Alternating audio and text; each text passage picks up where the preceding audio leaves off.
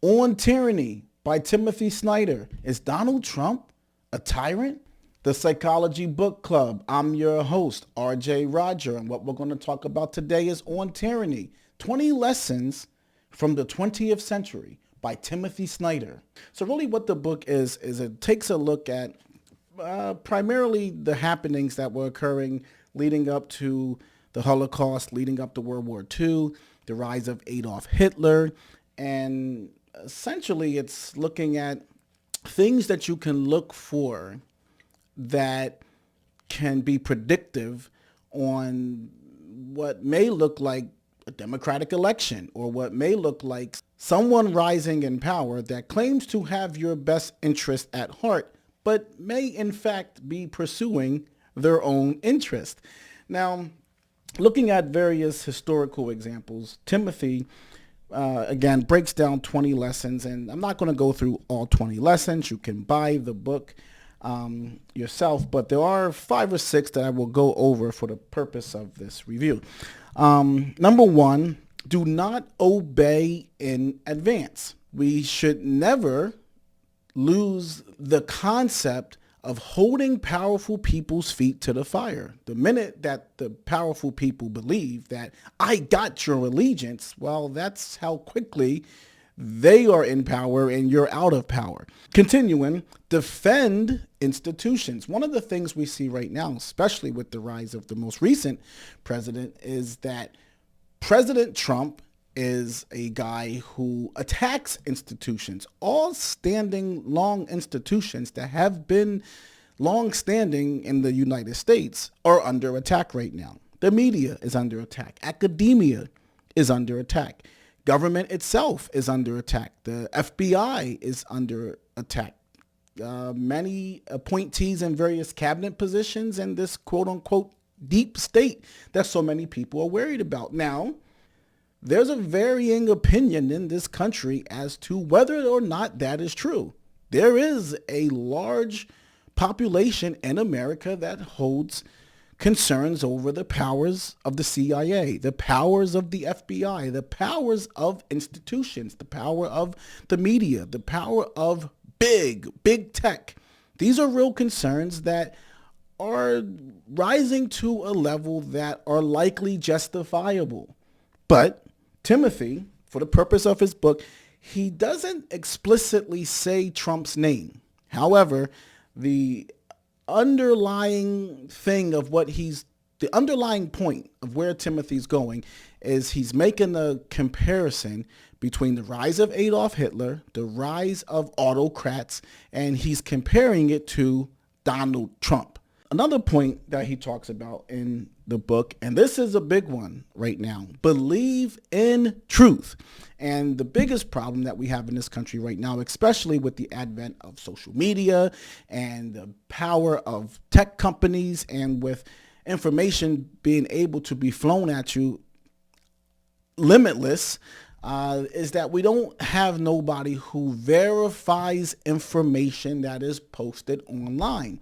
So the stuff that goes through more of a process, like a book, right? A book is often peer reviewed, especially if it has to go through an academic process or something that is being used for research material or used in an academic institution, something that is put on a bookshelf, something like a newspaper, which has more people involved in it. So a book, a newspaper, something that goes through a printing process is much longer lead times, so takes longer to get into the hands of the populace, but it's more fact-checked, more credible, more reviewed. Whereas online, you can post things instantly, which is not verified.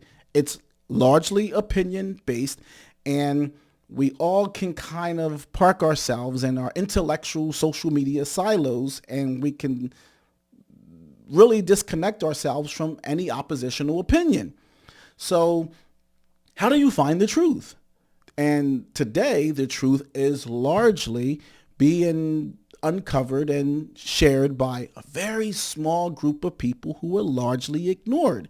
Microphones and social media and podcasters and TikTokers all have the ability to spread lies very fast.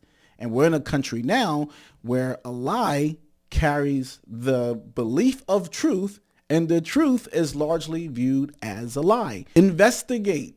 That's a good one. Investigate. When you hear something, will you just, okay, that's the truth. Will you just willingly accept it? There's a really big thing right now where there's this huge assault on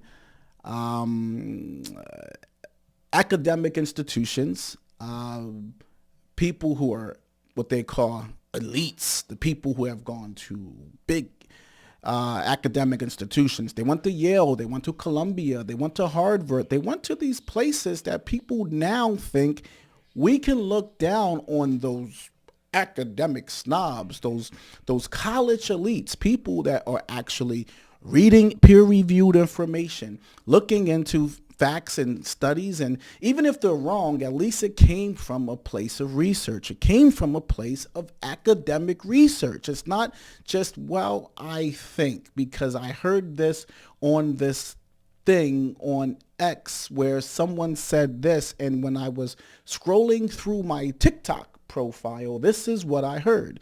So investigating information rather than just accepting it. The next one that Timothy Snyder talks about is listen for dangerous words. Now, this is one that is very in vogue right now.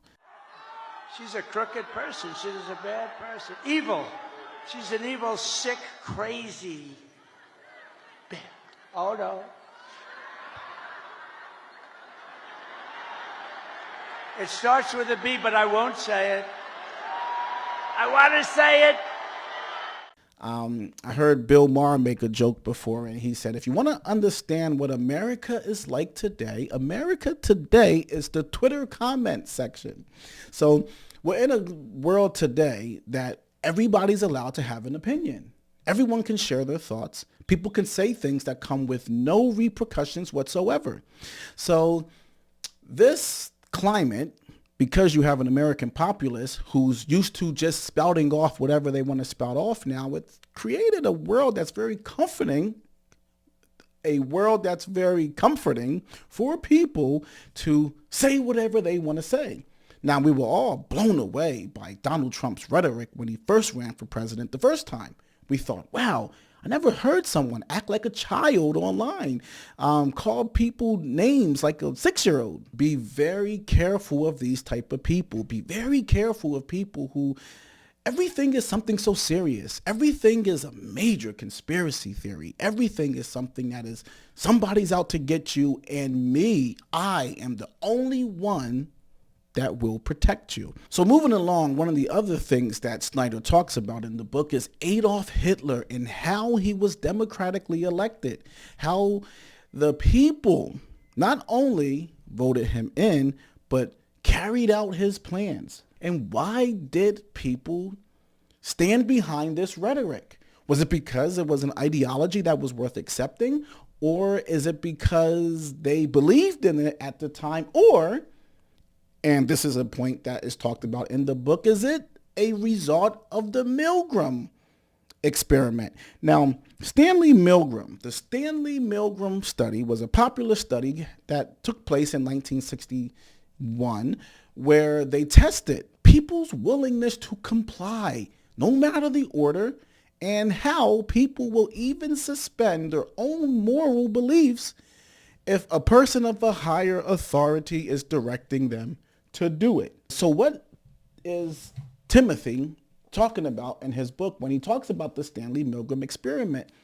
He is bringing some awareness to why did all these people blindly follow Adolf Hitler's policies? Why didn't no one say, yeah, we're not going to do that, sir? The warning that he's giving us is we should be mindful that humans largely are willing to obey a higher authority. So is that person who's in that position of authority someone that we should trust? Is it someone that has noble ideas and noble causes inside of his brain? Because if not, we just might fall for what Timothy Snyder calls anticipatory obedience. Anticipatory obedience is when you, the person in power, believes that I can do whatever I want.